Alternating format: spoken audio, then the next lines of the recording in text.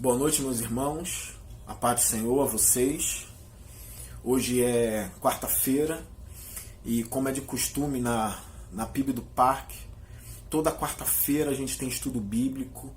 A gente abre nossa Bíblia e, com o maior prazer, a gente vai para estudar a Bíblia, vai para orar junto. É um momento muito importante.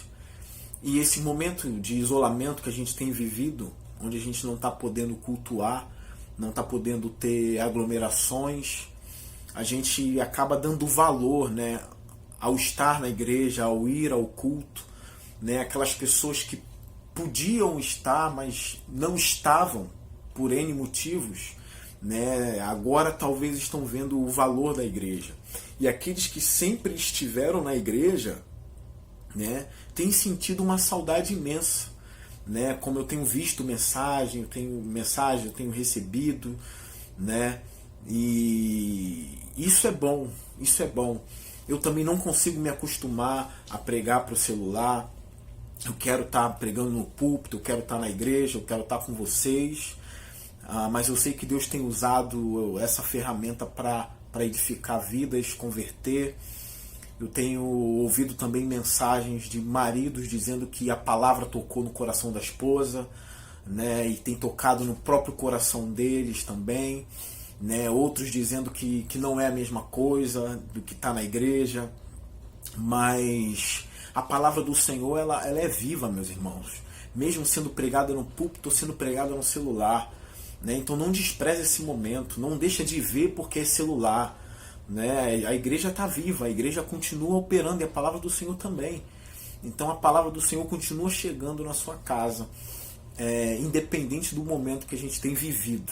Então que a gente tem o mesmo espírito do salmista, né? Que dizia assim: a lei do Senhor é perfeita e revigora a alma. Então a gente crê que a palavra do Senhor revigora a nossa alma. Então chama a sua família, senta no sofá, ouve a palavra do Senhor. Hoje é quarta-feira, é o dia que a gente estuda a Bíblia. Então pega a sua Bíblia e vamos estudar. Abra a sua Bíblia em 1 Pedro, no capítulo 1, do verso 8 ao verso 9. Verso 8 e 9 somente. Vamos ler? Diz assim: mesmo não o tendo visto, vocês o amam.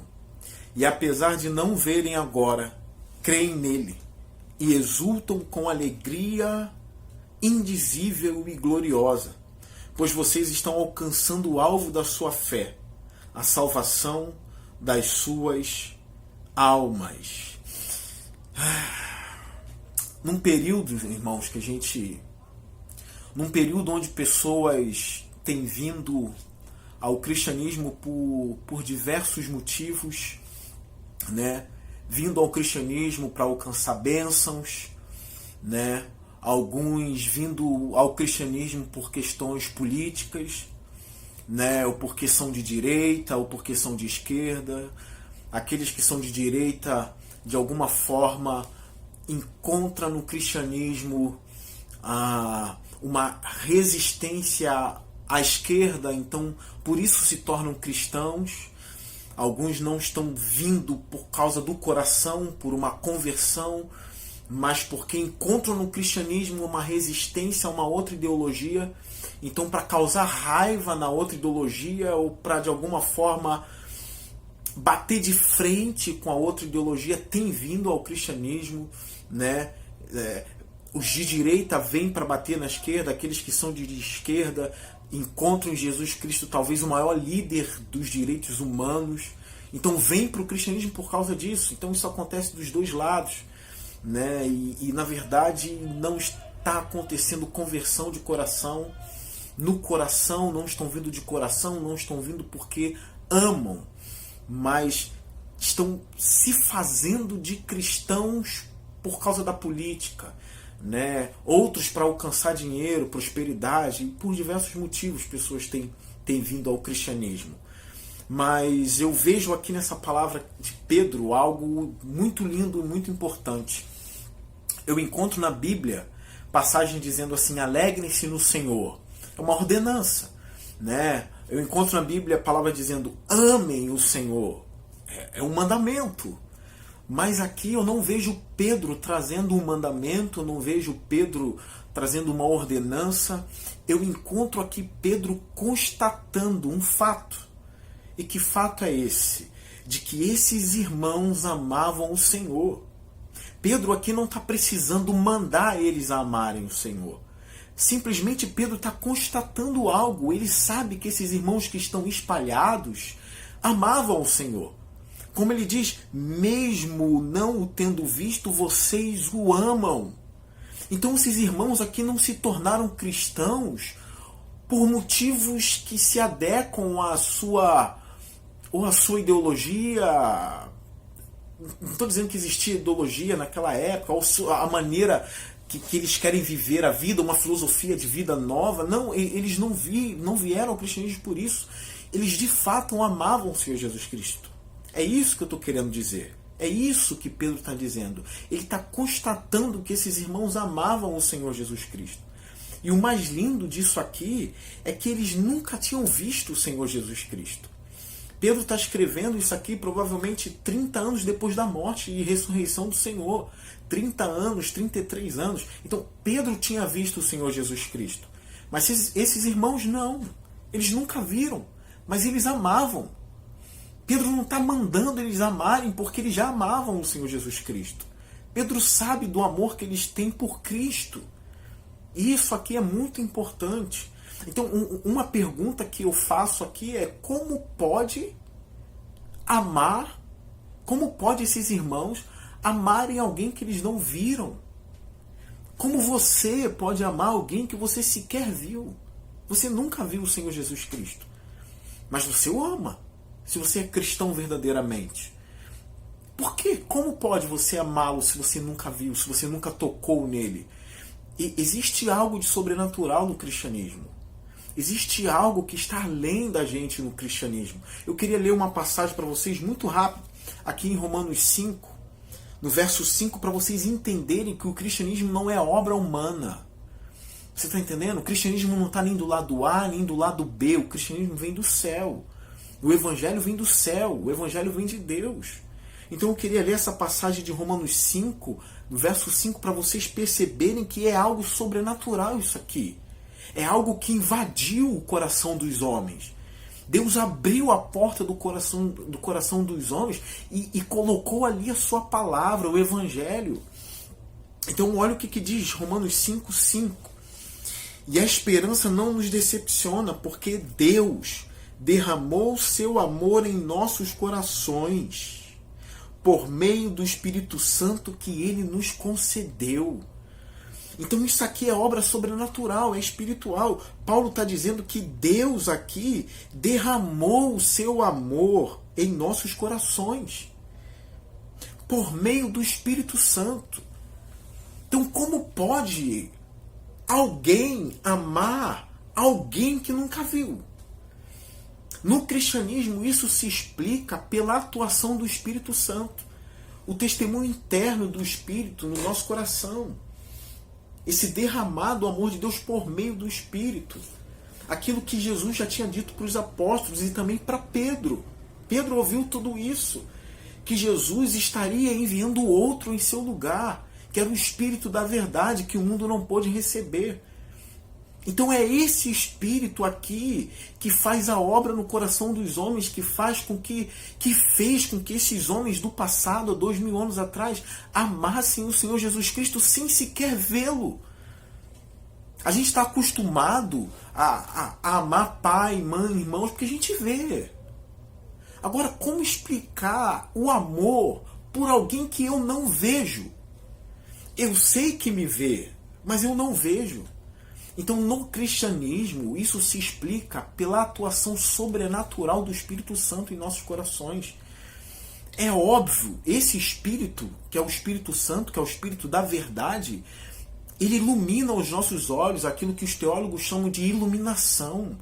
Esse Espírito ilumina os nossos olhos para que a gente possa entender pela Escritura o caráter de Deus, o amor de Deus por nós, e isso vai fazendo o nosso amor por Deus aumentar. Isso é chamado de iluminação. Quando Ele abre os nossos olhos, a gente vê claramente nas Escrituras o amor de Deus, e isso vai nos constrangendo e a gente vai amando Ele. Então, aqui, meus irmãos, não é uma mera religião. Aqui não é uma convocação para vocês se tornarem apenas religiosos, entendem? Apenas cristãos e se vangloriarem da religião. Não é isso. É amor. A gente precisa orar para que a gente ame mais o Senhor Jesus Cristo. Eu preciso orar mais por isso. Você precisa orar mais por isso, para amar a Jesus Cristo, porque isso é muito importante. A gente precisa aqui de uma teologia do amor, estudar mais sobre esse amor, porque Jesus Cristo ele não está aqui pedindo uma obediência a você sem amor. Ele não está querendo uma relação falsa entre eu e ele, entre você e ele. A nossa relação é uma relação de amor. A gente vê que o próprio Senhor Jesus Cristo falou disso. Se a gente for ler Lucas, no capítulo 14, no verso 25, a gente vai encontrar algo aqui incrível. Lucas 14, 25 diz assim: uma grande multidão ia acompanhando Jesus. Este, voltando-se para ela, disse: se alguém vem a mim e ama seu pai, sua mãe, sua mulher, seus filhos, seus irmãos e irmãs, e até a sua própria vida mais do que a mim, não pode ser meu discípulo. Aquele que ama mais a sua própria vida do que a mim. Então Jesus sabe que para seguir a Ele, você precisa amá-lo. Não é seguir a Ele porque você quer algo dele, entende? Você segue porque ama. Então é uma teologia do amor que existe aqui. E Pedro acha isso bonito e ele constata: vocês amam o Senhor Jesus Cristo. Ele constata que a igreja ali amava o Senhor Jesus Cristo. E Pedro fazendo isso. Por que Pedro? Vocês lembram que Pedro traiu Jesus 3 vezes. Mas quando a gente lê em João, no capítulo 21, por que eu estou abrindo a Bíblia? Abrindo, lendo os textos, justamente para a gente entender essa teologia do amor. Que o cristianismo não é meramente você ser batizado e ali declarar vocês cristãos e servos do Senhor. Não é isso. Ou não é você simplesmente se declarar cristão para provocar um ódio num sistema. Não é isso, meus irmãos. É algo que vai do coração, é amar o Senhor Jesus Cristo. Então aqui em João, no capítulo 21, aquilo que a gente conhece como a restauração de Pedro, João capítulo 21, no verso 15, está escrito assim: depois de comer, Jesus perguntou a Simão Pedro: Simão, filho de João, você me ama mais do que estes?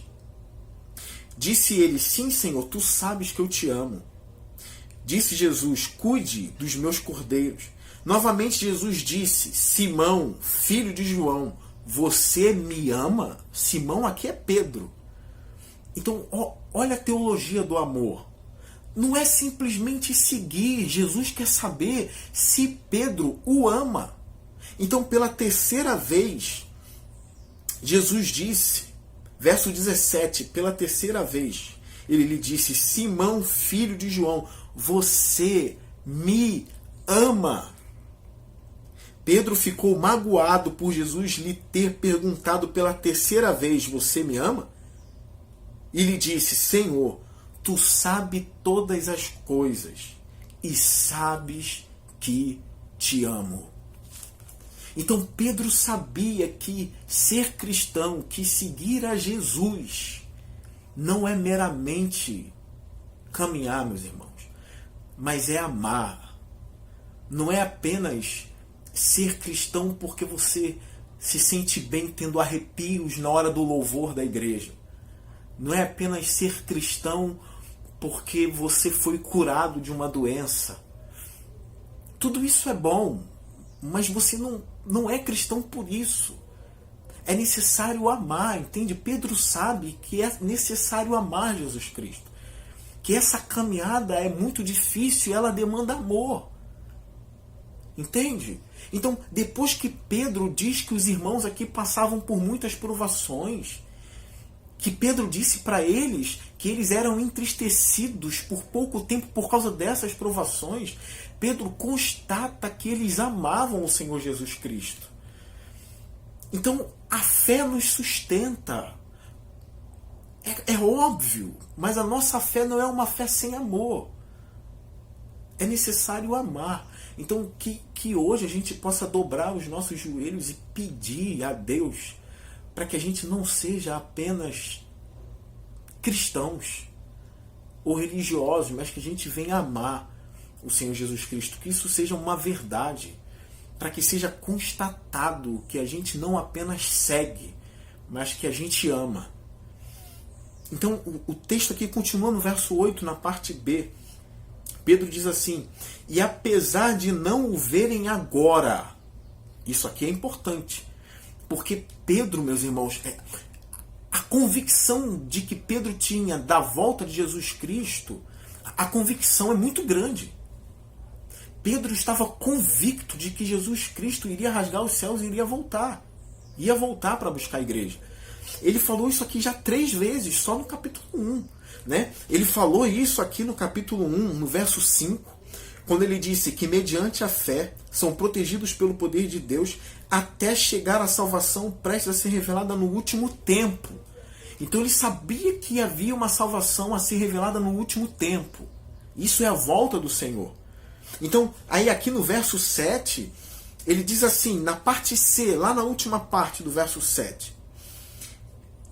Perdão, verso 7 inteiro. Assim acontece para que fique comprovado que a fé que vocês têm é muito mais valiosa do que o ouro que perece, mesmo que refinado pelo fogo, é genuína e resultará em louvor, glória e honra quando Jesus Cristo for revelado. Então Pedro acreditava que Jesus Cristo iria ser revelado. E agora no verso 8 ele diz, mesmo não tendo visto, vocês o amam, e apesar de não o verem agora. Então Pedro sabia que eles não viam agora, mas que eles iriam ver. Ou seja, a gente não está vendo agora, mas um dia a gente vai ver o nosso Senhor Jesus Cristo vindo nas nuvens do céu em grande glória. Então Pedro, ele cria nisso, essa é a teologia de Pedro. Ele sabia que Jesus iria voltar. E ele ensina isso para a igreja. Vocês não estão vendo agora, mas vocês verão um dia. É importante, eu circulei aqui na minha Bíblia a palavra agora, porque é importante isso. Agora eu não vejo. Agora eu não o tenho de forma palpável. Agora. Mas um dia eu o verei. Um dia você vai ver, esse dia vai voltar. A igreja precisa cravar isso no coração e crer que Jesus Cristo vai voltar. É aquilo que eu costumo dizer na nossa igreja, irmãos. É a doutrina esquecida. As pessoas não têm mais falado da volta do Senhor Jesus Cristo, mas Ele vai voltar. Ele vai voltar. A gente precisa crer nas promessas dele e Ele disse, eu voltarei. Então Pedro firma, vocês... E apesar de não verem agora... Ele continua. Creem nele e exulta com alegria indizível e gloriosa. A gente no vídeo passado falou muito da fé, né? A gente falou da fé. E aqui não é, eu disse no vídeo passado que você não tem que colocar a sua fé na fé. Você tem que colocar a sua fé em Deus, a sua fé em Cristo. E aqui não é apenas, meu irmão, a fé em si, porque a Bíblia fala que até os demônios creem. E aí? A gente crê em Jesus Cristo, mas os demônios também. Eles também creem no Senhor Jesus Cristo. O que difere aqui? O que nos difere disso tudo? A Bíblia ainda fala que eles creem e tremem, né? Então, a diferença aqui é que a gente tem fé, a gente crê e a gente ama. É uma confiança em amor. E a gente espera nele, nas promessas dele. Os demônios creem em outro sentido. Eles sabem da existência. Eles sabem que Cristo é o Senhor dos Senhores. Mas eles não o amam. Eles não o amam. Entende? Eles não amam o Senhor. Eles não exultam com alegria no Senhor. Como o texto aqui está dizendo. creem nele e exultam com alegria indizível e gloriosa. É uma alegria indizível, ou seja, não dá para explicar, nem mencionar, nem dizer. O tamanho dessa alegria é indizível. Mesmo eles passando por provações, tristezas, de alguma forma eles exultavam com alegria indizível e gloriosa. E por que isso? O verso 9, Pedro vai explicar. Pois vocês estão alcançando o alvo da sua fé. E aqui eu circulei na minha Bíblia a palavra alvo. Vocês estão alcançando o alvo da sua fé. A nossa fé, ela tem um alvo, irmão. É um alvo, eu estou olhando, eu estou observando. Ela tem um alvo, eu tenho que atingir esse alvo. Entende? E que alvo é esse? O alvo da sua fé não é você querer ter uma família. Isso é muito bom. Mas você não tem que viver em função disso. Não é você querer ter 10 filhos, 15, 20 filhos. Esse não é o alvo da sua fé. Não pode ser. O alvo da sua fé não é você querer ter o melhor emprego do mundo ou um bom emprego. Isso é bom também. Mas não é o alvo da sua fé. Ser próspero não é o alvo. Você não pode colocar o alvo da sua fé nisso. É por isso que eu não posso simplesmente fazer um culto, assim, o culto simplesmente da conquista, da vitória e não falar das coisas essenciais da nossa fé. É claro que o cristão tem vitória, tem derrota e tem vitória, isso é verdade. Mas eu não posso fomentar um culto onde as pessoas vêm para o culto somente na intenção de crer para receber. Entende? De crer para receber a bênção, para receber a família, para receber o casamento, para receber o amor da vida. Eu não posso fazer esses tipos de culto. Primeiro que culto é uma adoração a Deus. É um encontro com Deus. Entende? Então aqui Pedro está deixando bem claro, meus irmãos, qual deve ser o alvo da sua fé. A sua fé precisa ter como alvo a salvação da sua alma. É o que Pedro diz aqui. Pois vocês estão alcançando o alvo da sua fé, a salvação das suas almas. É por isso que eles tinham alegria em meio à provação. Porque eles sabiam que o alvo da fé deles, mesmo em meio à provação, era a salvação da alma. Entende isso? A salvação da alma. Minha alma está sendo salva. Então o alvo da minha fé não é a prosperidade. Não são as coisas dessa vida aqui. Por mais que sejam boas, eu preciso sim buscar ter coisas boas, ter, né, uma família, ter filhos. Tudo isso é bom. Mas não é o alvo. Infelizmente tem muitos pastores ensinando a igreja a colocar colocar a fé, ou melhor, incitando a igreja a ter como alvo outras coisas, que não a salvação da... Tem um texto bíblico que chama muito a minha atenção, né?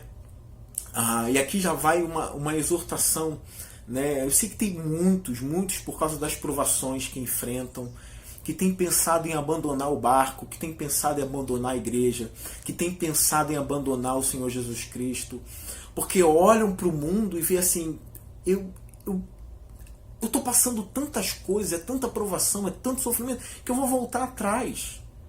Eu vou viver as paixões que eu vivia da minha mocidade. Entende? Alguns têm pensado, para que manter esse casamento? Para que ter só uma esposa? Eu vou lá para o mundo, eu vou ter 4, 5 esposas. Ou melhor, 5 mulheres, 10 mulheres. Né? Eu vou voltar a usar as coisas que eu usava, ter os meus vícios. Eu vou abandonar o barco. Mas tem um versículo aqui que nos exorta, né? Que diz assim, é Marcos 8,36, se eu não me engano. O que adianta o homem ganhar o mundo inteiro e perder a sua alma? É por isso que Pedro está falando aqui que o alvo da nossa fé é a salvação das nossas almas. Então não vale a pena ir voltar atrás e viver todas as paixões que a sua carne quer viver. Porque esse texto bíblico de Jesus é muito importante para a gente. Quando você pensar em desviar, quando você pensar em olhar para trás, esse texto tem que vir na sua mente. O que adianta ganhar o mundo inteiro, ter todas as mulheres, ter todos os carros, ter todo o dinheiro e perder a sua alma? É a coisa mais importante para a gente, é isso. É a nossa alma voltar para Deus, estar em Deus, é a salvação da alma. Então essa é a palavra de hoje, de quarta-feira, para que a gente continue na caminhada, para que a gente persevere, porque a coisa mais importante é a salvação das nossas almas, é o alvo da nossa fé. Então não volte atrás, irmão, não volte atrás, permaneça com Cristo, ame a Cristo. Repara que no mesmo texto em que Pedro fala que o alvo da nossa fé é a salvação das nossas almas, é o mesmo texto que ele diz que os irmãos amam ao Senhor Jesus Cristo. O amor nos faz permanecer também. O amor não acaba, o amor verdadeiro não acaba. Então, se você ama o Senhor Jesus Cristo, você vai permanecer com Ele até o fim. Então, a gente aprende hoje aqui a orar para que a gente ame mais o Senhor, né? A amar para que a gente venha depositar a nossa fé nele, para que a gente não perca o alvo, que é a salvação das nossas almas.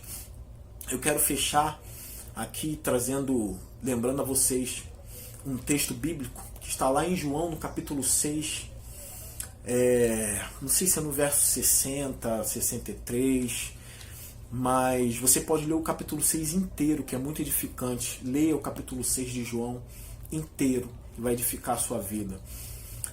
Em que muitos discípulos abandonaram o Senhor Jesus Cristo. Então Jesus vira para os 12 e diz assim: e vocês também não vão? E Pedro, que escreveu essa epístola que a gente está estudando, disse assim: para quem iremos nós, se só tu tens palavra de vida eterna? É por isso que ele diz que o alvo da nossa fé é a salvação das nossas almas. Porque ele sabia que só Jesus tem palavra de vida eterna. Pedro queria viver eternamente com Deus. Pedro sabia que a alma dele não descansava fora de Jesus Cristo. Ele tinha que estar em Cristo para isso. Então, eu espero que essa palavra tenha edificado sua vida. E que você continue no barco. Ame o Senhor Jesus Cristo. E zele por você mesmo, pela sua alma.